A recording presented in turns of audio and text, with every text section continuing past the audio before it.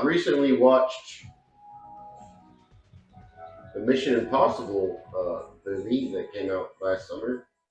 But anyway, I watched the Final Reckoning of Mission Impossible, and I've been going through the whole Mission Impossible movie series, and I really enjoy it.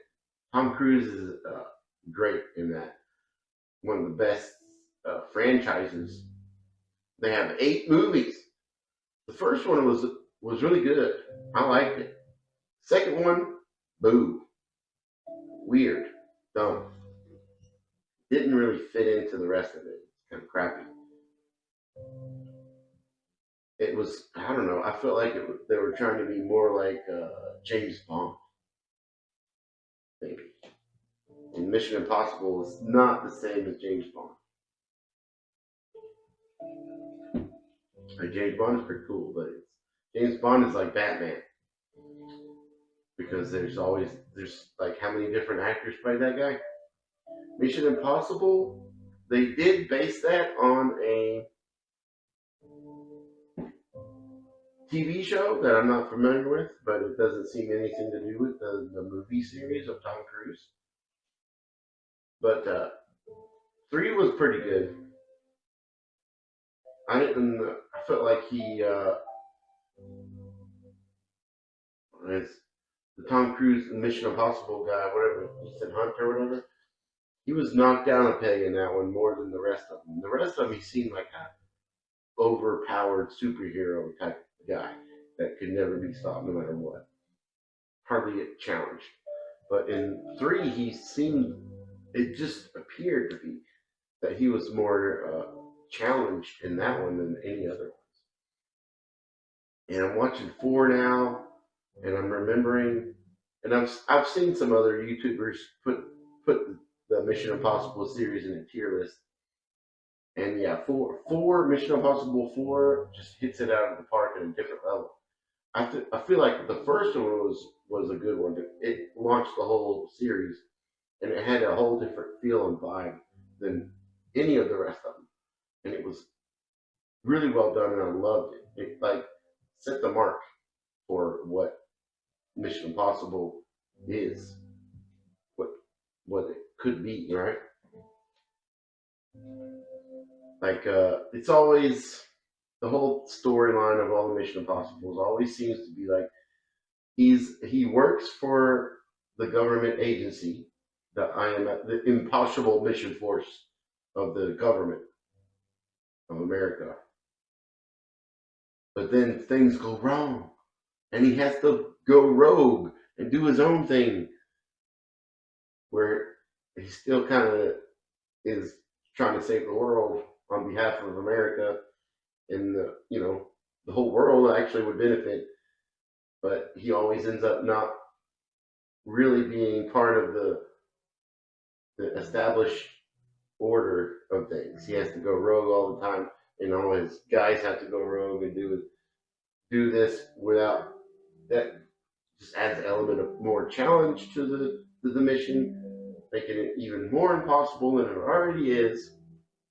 He starts out working on an official sanctioned mission, and then it becomes unsanctioned, and he has to not only fight against all the antagonizing evil guys, but he also has to fight against his own established order of people who are trying to stop him, and he has no way of getting out of it, but he has to do it anyway for the greater good. And from what I've seen of others, I'm rewatching. I've been starting from the beginning one. I've watched 1, 2, 3. I'm on 4 now. I paused it and watched in the middle of 4, and really liking 4 better than 3. 3, oh man, I just hated how much they basically in 3 they ruined any chance of him having a normal life, which it seemed like he was trying to have a normal life in Mission Impossible 3 by getting married and having like a normal life where he could lie to the wife about, I'm just a regular guy that works for the traffic company or whatever it is that he said. He analyzes traffic data for a living. But then she got involved, and then in the rest of the series, he's not even thinking about having any type of a normal relationship. He's too into being an agent to save the world type person. And the fourth one starts out crazy. Like they bring in Simon Pegg, which is a great one. He showed up in three for a minute, and I really like Mission Impossible series. Tom Cruise is awesome in these action movies, and Top Gun, pretty good. I've liked him in some of the other movies, like Minority Report was a good sci-fi one.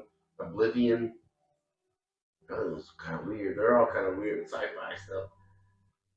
And of course, he's going to be trying to do more dramatic roles, but we'll see how that goes. I think it still needs to be cool concepts and stuff. I think um, the final two, 7 and 8, the storyline of the AI taking over the world is the plots and everything that happened was really bad writing and dumb. But I still liked it. I still enjoyed it.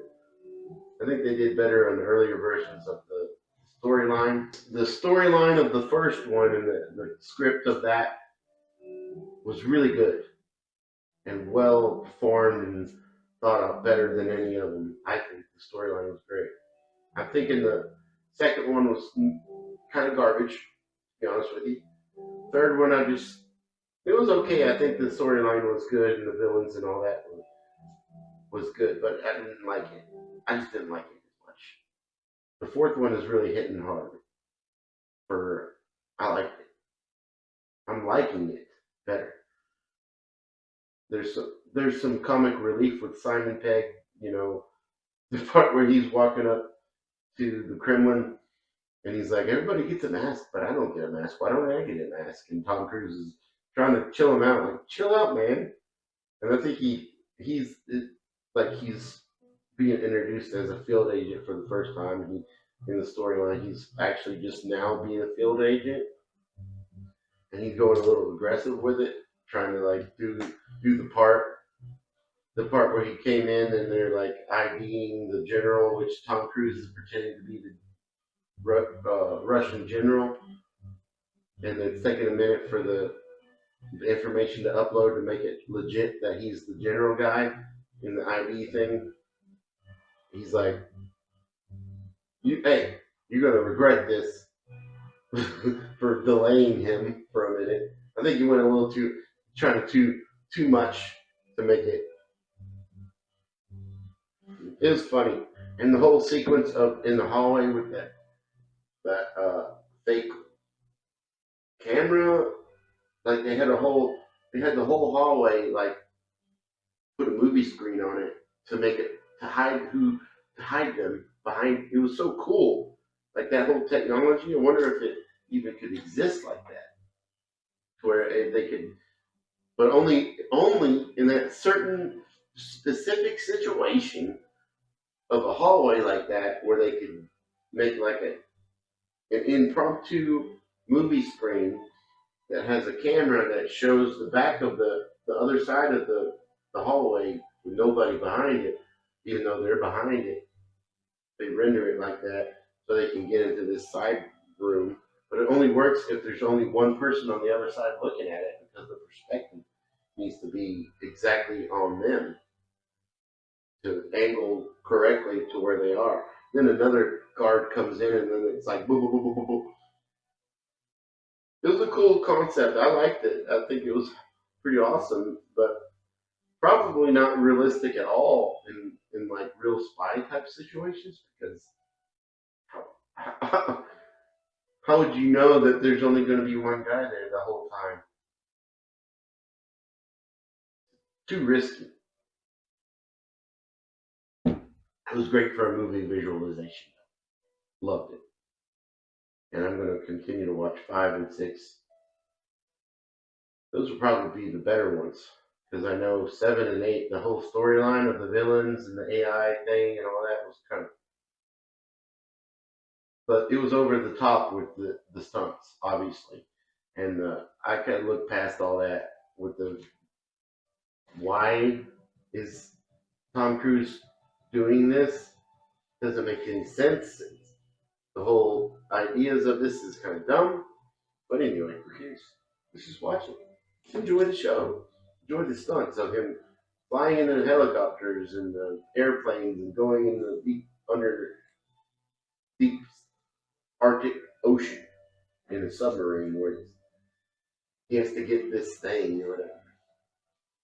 The script of it is bad. And I think in the future, hopefully, with all this AI stuff, the writing and the concepts are going to be the most important things in entertainment, because what makes a good movie? What makes a better show or a better movie than other shows is the source material or the originality of the script.